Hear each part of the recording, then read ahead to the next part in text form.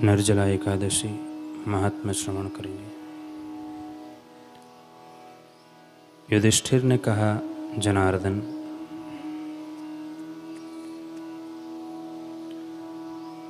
ज्येष्ठ मास के शुक्ल पक्ष में जो एकादशी पड़ती हो, कृपया उसका वर्णन कीजिए।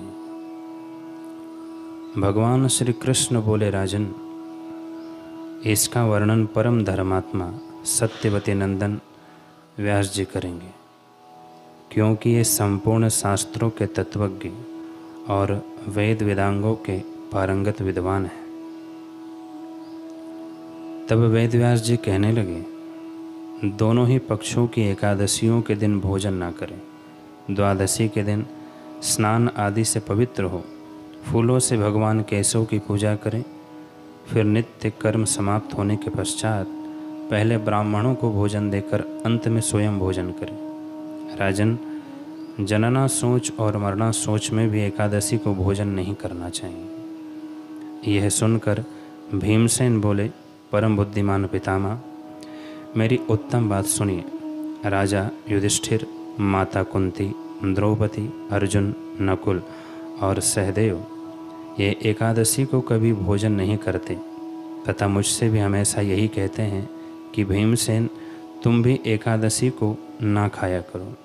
किंतु मैं उन लोगों से यही कहता हूँ कि मुझसे भूख नहीं सही जाएगी। भीमसेन की बात सुनकर व्यास जी ने कहा, यदि तुम्हें स्वर्गलोक की प्राप्ति अभिष्ट है और नरक को दूषित समझते हो तो दोनों पक्षों की एकादशियों के दिन भोजन ना करना। भीमसेन बोले, महाबुद्धिमान पितामह, मैं आपके सामने सच्ची बात कहता हूँ, एक बार भोजन करके भी मुझसे व्रत नहीं किया जा सकता, फिर उपवास करके तो मैं रह ही कैसे सकता हूँ।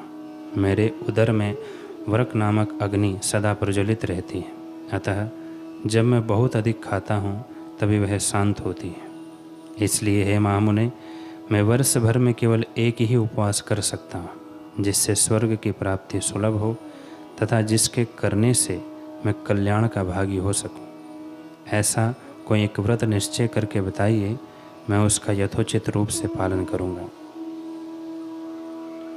व्यास जी ने कहा, भीम, ज्येष्ठ मास में सूर्य वृष राशि पर हो या मिथुन राशि पर शुक्ल पक्ष में जो एकादशी हो, उसका यत्नपूर्वक निर्जल व्रत करो।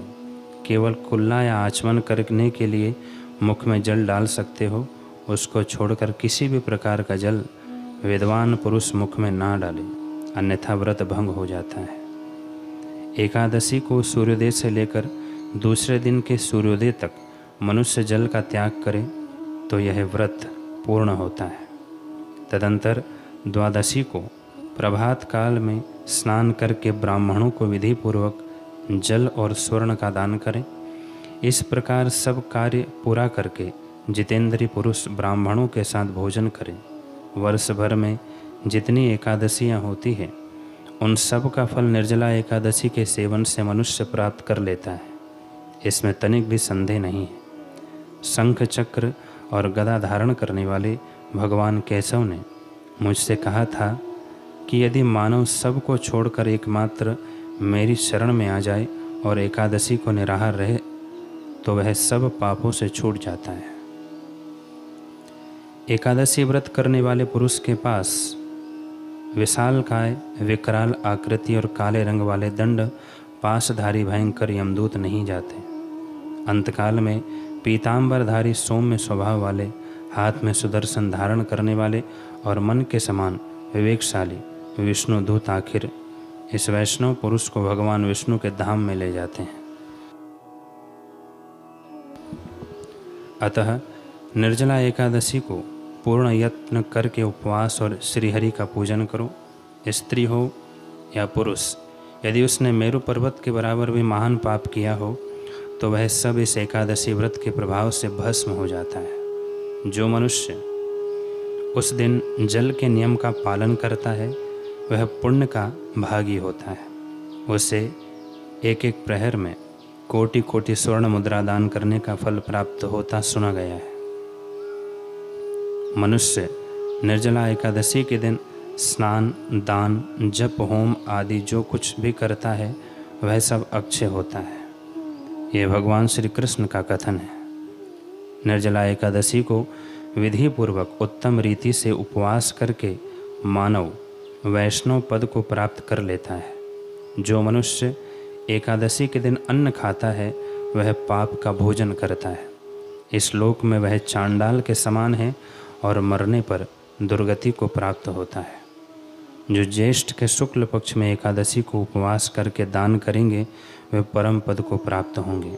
जिन्होंने एकादशी को उपवास किया है वे ब्रह्म हत्यारे, शराबी, चोर तथा गुरुद्रोही होने पर भी सब पातकों से मुक्त हो जाते हैं।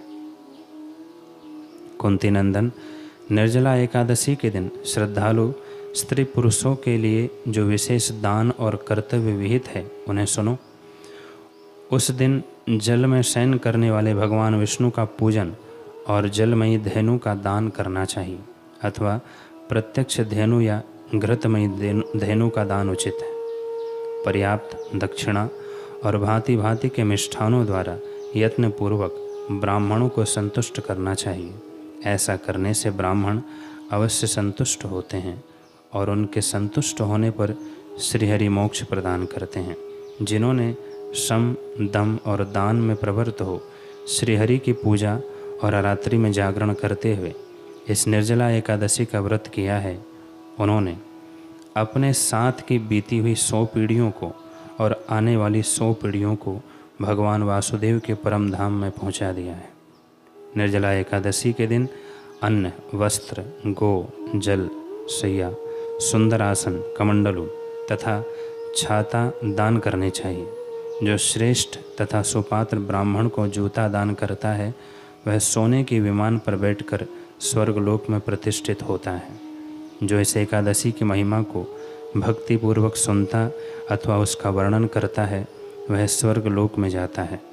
चतुर्दशी युक्त अमावस्या को सूर्य ग्रहण के समय श्राद्ध करके मनुष्य जिस फल को प्राप्त करता है वही फल इसके श्रवण से भी प्राप्त होता है।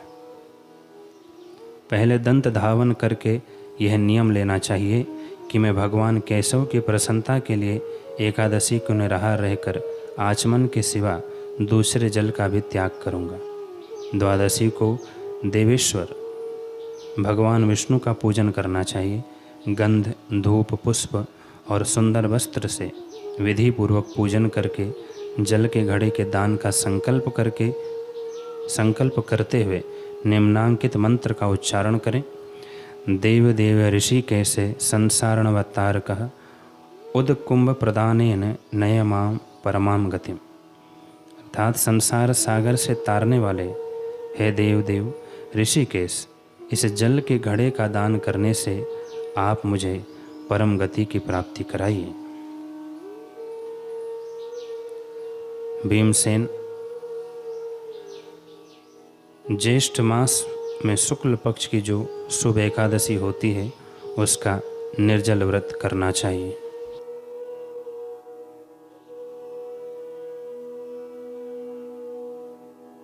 उस दिन श्रेष्ठ ब्राह्मणों को शक्कर के साथ जल के घड़े का दान करने चाहिए।